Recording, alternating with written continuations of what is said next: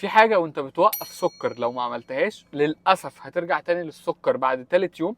مستويات طاقتك هتقل جدا في اليوم الاولاني، وشهيتك للسكريات هتبقى عاليه جدا جدا جدا بعد تاني يوم. الحاجه دي حاجه بسيطه ولكن سحريه، وتعتبر جيم تشينجر. هتغير كل رحلتك في الدايت، كل رحلتك في ان انت توقف سكر، ودي هتخلي عندك قدره رهيبه جدا على مقاومه السكر وتحافظ على طاقتك طول اليوم. والحاجه دي سهله قوي. الحاجه دي هي الالكتروليت. ركز معايا جدا وخلي الفيديو ده عندك عشان دي حاجه بسيطه قوي هنعملها. الالكتروليت دي ايه؟ الالكتروليت دي هي نسبه الصوديوم والبوتاسيوم والمغنيسيوم، هي الاملاح والمعادن.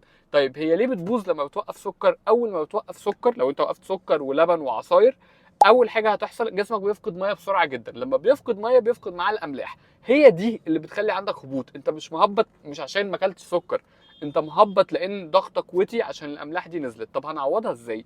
ثلاث حاجات هنعملهم سهله قوي وبسيطه. الحاجه الاولانيه ان احنا